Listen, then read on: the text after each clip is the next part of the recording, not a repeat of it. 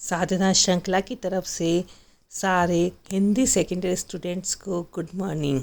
आज साधना श्रृंखला रीतिकाल की प्रमुख विशेषताएं के बारे में बताएगी कि रीतिकाल पूरा का पूरा उनकी पुस्तक होती है। उस पुस्तक के अंदर मेन जो कवि होते हैं उनकी कौन कौन सी ऐसी विशेषता हैं जिसके कारण वो सारे रीतिकाल के कवि कहे जाते हैं। साधना श्रृंखला की तरफ से आज रीतिकाल की विशेषता बताई जा रही है। रीतिकाल में विभिन्न प्रकार की प्रवृत्तियाँ चलती हैं। यहाँ पर इस काल के जो कवि होते हैं उसमें बड़ा ही आत्म प्रदर्शन करने की भावना होती है। काव्य रसिक संप्रदाय होता है और इन्हीं ब्रज भाषा में रीति ग्रंथों का इन्होंने प्रणयन किया है। इस काव्य की प्रमुख जो प्रवृत्ति होती है वो होती है रीति निरूपण की। रीति निरूपण के साथ ही श्रृंगारिकता इस काव्य की मुख्य काव्य प्रवृत्ति कही जा सकती है। जब हम बात करते हैं रीतिकाल की तो सबसे पहले आता है श्रृंगार रस की प्रधानता होती है, अलंकरण का प्राधान्य होता है, प्रकृति चित्रण किया जाता है जिसमें उद्दीपन रूप और आलंबन रूप का चित्रण कम किया जाता है, काव्य रूप होता है जिसमें रसिकता प्रधान दरबारी वातावरण में जो मुक्तक काव्य शैली होती है उसका यहाँ पर बताया जाता है। वीर रसात्मक काव्यों का प्रणयन किया जाता है। साथ में ही आश्रयदाता जो होते हैं उन आश्रयदाताओं की प्रशंसा की जाती है और प्रशंसा के साथ में ही उनके जीवन दर्शन जो जीवन होता है, यौवन होता है, अंतःपुर होता है, उसका वास्तविक और रमणीय स्वरूप का यथार्थ चित्रण किया जाता है। जब भाषा की बात करते हैं तो ब्रज भाषा रखी जाती है, वो भी साहित्यिक ब्रज भाषा होती है। जीवन दर्शन के साथ में नारी के प्रति संकीर्ण दृष्टिकोण होता है, ज़्यादा अच्छा दृष्टिकोण उनका नहीं होता है। लक्षण ग्रंथों का वो निर्माण करते हैं और कला पक्ष की प्रधानता इतनी ज़्यादा होती है कि भाव पक्ष दबकर रह जाता है। नीति और उपदेशात्मक काव्य होता है और नीति और उपदेशात्मक काव्य के साथ में ही रीतिकाल की प्रमुख विशेषता यहाँ पर मैंने बताई है। अब मैं बताती हूँ इसकी प्रवृत्तियाँ कौन कौन सी होती हैं। जो रीति मुक्त कविताएँ हैं, रीति मुक्त काव्य धारा जो होती है वो एक प्रतिक्रियात्मक कविता होती है। ये सारे के सारे काव्य शास्त्रीय विधि विधान जो होते हैं उन्हीं को दे होकर के रची जाती हैं। इसे रीति मुक्त कविता भी कहते हैं। इन कविताओं में प्रेम भावना की मस्ती होती है और साथ में ही विभिन्न प्रकार की चीज़ों का भी यहाँ पर विवेचन किया जाता है। प्रणय भावना इतनी ज़्यादा होती है कि प्रेम ही जीवन, प्रेम ही इनका दर्शन, प्रेम में एकनिष्ठता, समर्पणशीलता और सर्वोत्सर्ग की भावना होती है। सौंदर्य निरूपण की बात करें तो प्रेमा आलंबन के अत्यंत मनोहारित चित्रण यहाँ पर दिखाए जाते हैं। विरह अनुभूति, जब विरह श्रृंगार की बात हो रही तो उसकी गहन व्यंजना यहाँ पर होती है। प्रेम के पीर का स्पष्ट प्रभाव दिखाई देता है। भावावेग की तीव्रता के साथ में ही भावावेग का प्रमुख गुण जो स्वच्छंदतापूर्ण ढंग होता है उसमें आत्मानुभूति की अभिव्यक्ति होती है। प्रकृति चित्रण होता है।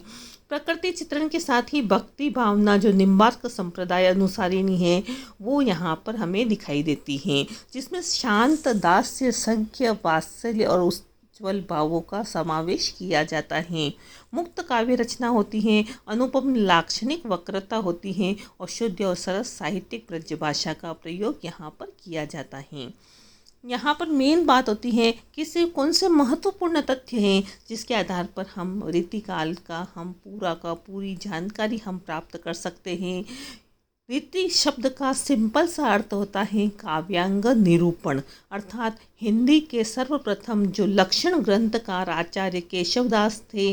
रीतिकाल का प्रमुख विषय जो था वो श्रृंगार था तथा रीति काव्य में मुक्तक काव्य रूप को अपनाया गया था। जो आचार्य विश्वनाथ प्रसाद मिश्र थे उन्होंने 3 प्रकार की धाराओं के अंदर इसको विभक्त कर दिया था। रीतिबद्ध, रीति सिद्ध और रीति मुक्त धारा थी। रीति काव्य की दूसरी प्रवृत्ति अलंकारिकता है। उनकी प्रमुख भाषा साहित्यिक ब्रज भाषा है, लेकिन रीति मुक्त रीति काव्य का भेद नहीं होता है, ये अलग होता है।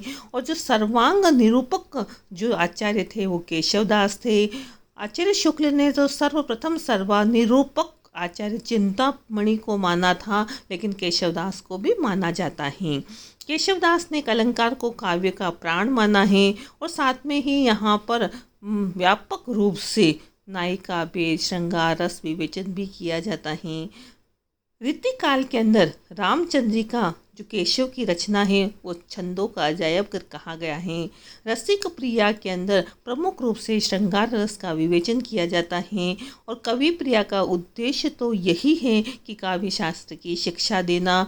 और आचार्य रामचंद्र शुक्ल ने तो केशव को कठिन काव्य का प्रेत भी कहा है, क्योंकि उनकी शब्दावली, उनकी जो भाषा थी थोड़ी क्लिष्ट भाषा होने के कारण कठिन काव्य का प्रेत कहा गया है। रूप गोस्वामी कृत उज्ज्वल नीलमणि का विषय श्रृंगार था। देव ने तो भाव विलास की रचना की थी और देव की आचार्यत्व की दृष्टि से तो कम था, लेकिन कवि की दृष्टि से उनकी बहुत प्रसिद्धि मिली थी। रीतिकालीन कवियों में बिहारी की तुलना देव से भी की जाती है, क्योंकि नायिका भेद की प्रौढ़ोत्तम सबसे पुरानी रचना करने वाले जो आचार्य कवि थे उनमें देव सबसे पहले सर्वोपरि कवि के रूप में जाने जाते हैं। नायिका भेद वर्णन जो किया गया था उनका ग्रंथ का नाम था सुख सागर तरंग। और रीतिकालीन कवियों का जो सर्वाधिक प्रिय छंद सवैया था और छंदमाला केशवदास की सबसे प्राचीन छंदमाला कही गई है। बिहारी सतसई पर रामचरितमानस को छोड़कर सबसे ज़्यादा सर्वाधिक टीकाएँ लिखी गई है, सरल रूप बनाया गया है।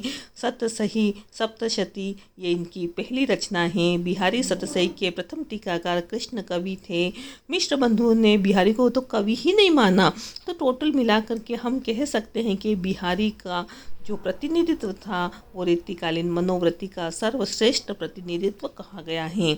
और बिहारी सतसई के प्रत्येक दोहे पर सवैया छंद के रचनाकार कृष्ण कवि को दिखाया गया है। जो भूषण थे उनका काव्य गुण ओज था। भूषण का काव्य रस प्रधान था। भूषण एक राष्ट्र कवि जो रीतिकाल के थे वो थे। भूषण को उपाधि उनके चित्रकूट सोलंकी नरेंद्र रुद्र ने दी थी और मतीराम बुंदी नरेश भाव सिंह के दरबारी कवि थे। काव्यांग निरूपण में भिखारी दास का नाम सर्व प्रमुख आ गया है। और योग श्रृंगार के प्रधान मुक्तक कवि गणानंद थे, क्योंकि गणानंद रामचंद्र शुक्ल ने साक्षात रसमूर्ति कहा है। रीतिबद्ध कवियों से गणानंद का प्रेम इतना ज़्यादा था यहाँ पर कि वो स्वानुभूत और ऋतु